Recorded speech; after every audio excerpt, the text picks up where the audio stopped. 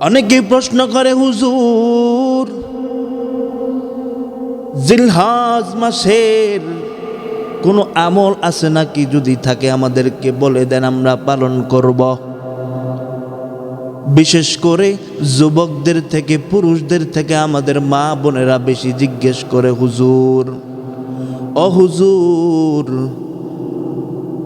আমরা শুনেছি জিলহজ মাসে নাকি আমল আছে। আমল আছে কি? আমল আছে তা আমরা জানি না, মোবাইলের মধ্যে দেখি, কিন্তু মোবাইলেরটা বিশ্বাস হয় না। হুজুর আপনি যদি একটু বলে দিতেন কি আমল।